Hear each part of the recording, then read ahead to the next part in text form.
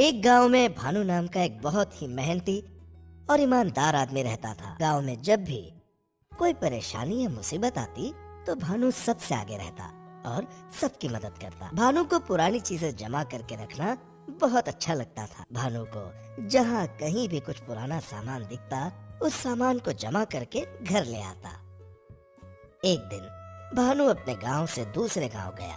उस गांव में उसको एक अतरंगी चटाई दिखी। वो उस चटाई को देखता रहा।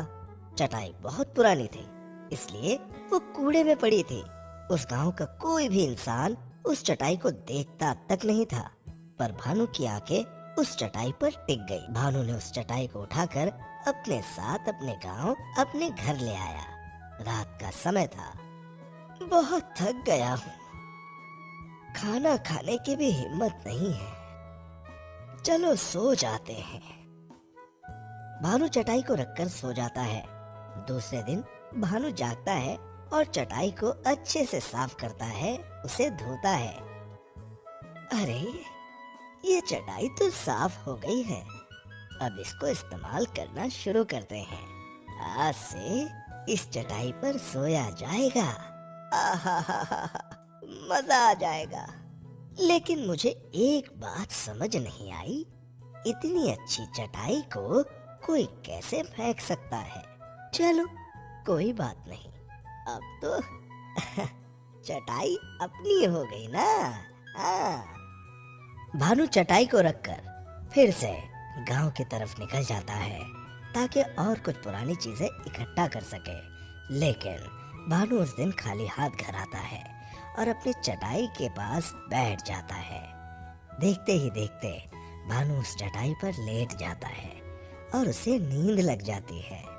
भानु नींद से जागता है। वाह, मजा आ गया, ये चटाई तो अद्भुत है। आहा, पूरी थकान सी निकल गई। मजेदार चटाई है, अब तो रोज इसी पर सोऊंगा। भानु उस चटाई के साथ बहुत खुश रहने लगा और उसको उस चटाई से बहुत लगाव भी होने लगा। एक दिन भानु के घर उसका एक दोस्त तुषार उससे मिलने आया और भानु ने उसको चटाई पर बैठने के लिए कहा। भानु, ये चटाई तो बहुत शानदार है, कहाँ से खरीदी? अरे तुषार, तुम्हें तो पता है मैं पुरानी चीजों का कितना शौकीन हूँ। बगल के गांव गया था, मुझे ये चटाई वहाँ मिली। अब तो मैं इस चटाई पर आराम करूँगा। हाँ भाई, क्यों नहीं। जैसे ही तुषार उस चटाई पर लेटता है, उसको कुछ अजीब अजीब सी आवाजें आने लगती हैं। वो घबरा के उठ जाता है और भानु से कहता है, भानु, जैसे मैं इस चटाई पर लेटा तो इसमें से अजीब अजीब सी आवाजें आने लगी। अरे नहीं मेरे दोस्त, ऐसा नहीं हो सकता, ये तेरा वहम है, आराम कर। मैं सच कह रहा हूँ भानु, तुझे मेरी बात पे भरोसा क्यों नहीं हो रहा है? मैं लेटा, इसमें से अजीब अजीब सी आवाजें आने लगी। भानु भी कान लगा के चटाई की आवाजें सुनता है, पर उसको उस चटाई से कुछ भी सुनाई नहीं देता। तब तुषार कहता है, भानु, ये चटाई में कुछ तो गड़बड़ है, मैं कह रहा हूँ, मेरी बात पे भरोसा कर। हाँ, इसमें से बहुत अजीब अजीब सी आवाजें आ रही हैं, अब तू ही देख ले। हाँ। नहीं यार, मैंने भी अभी कान लगाए, मैंने भी सुना, पर मुझे तो कोई आवाज नहीं आई। ऐसी आवाजें सिर्फ तुझे ही आ रही है, इसलिए कहता हूँ, भीड़ भड़क्के से दूर रहा कर, तेरे कान बज रहे हैं। दोनों के बीच में बहस शुरू हो जाती है और तुषार गुस्से से चला जाता है। तब भानु अकेला ही उस चटाई पर बैठ जाता है और उससे कहता है, क्या चटाई, तेरी वजह से मेरा दोस्त मुझसे नाराज होकर चला गया है? अरे, वो कहता है कि तेरे अंदर से अजीब अजीब सी आवाजें सुनाई दे रही हैं। हाँ। भाई, मुझे तो कुछ आवाजें सुनाई नहीं दे रही, लगता है तुषार के कान बज रहे थे। भानु, हे भानु, तेरा दोस्त सच कहता है, मैं सच में बातें करता हूँ। भानु डर के मारे घबरा जाता है और चिल्लाने लगता है, पर उसकी आवाज कोई नहीं सुनता। भानु, तू घबरा नहीं, मैं तो तेरा सेवक बन गया हूँ।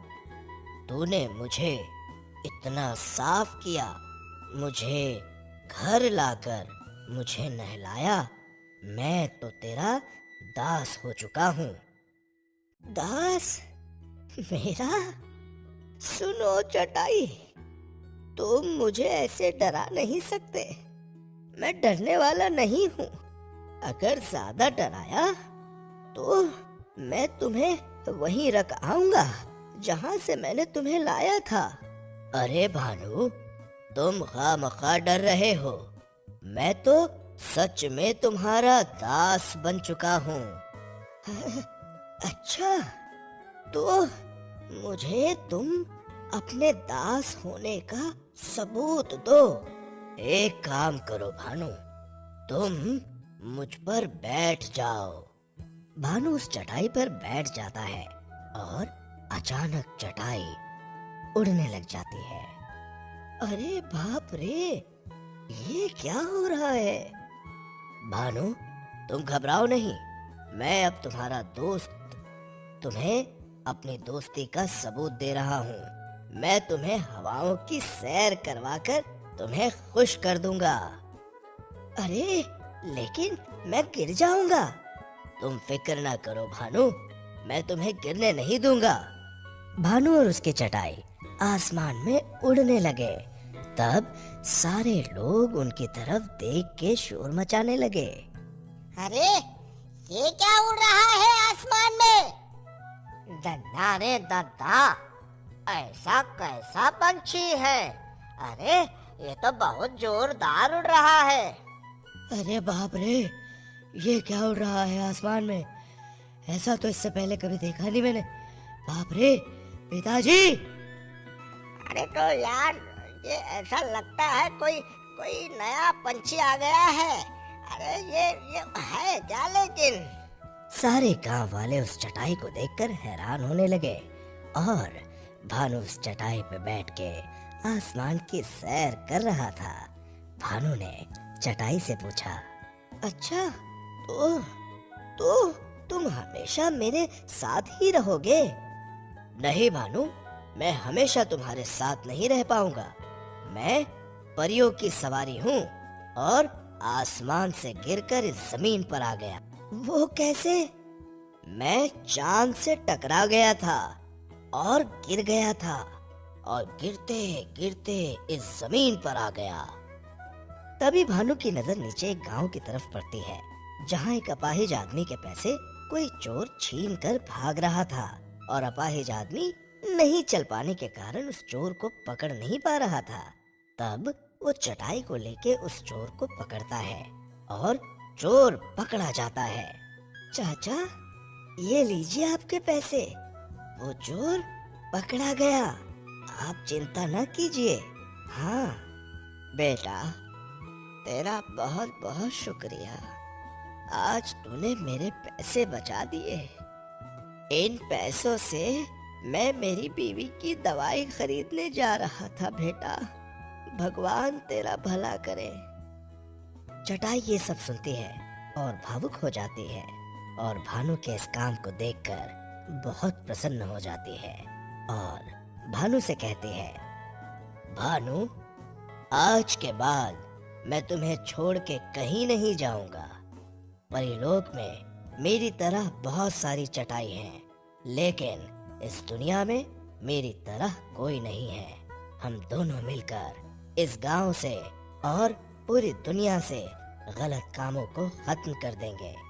इतना कहकर चटाई और भानु वहां से उड़ जाते हैं और हर जगह घूम घूम के बुरे कामों को रोकते हैं और हर जगह भानु और उसकी चटाई की चर्चा होने लग जाती है।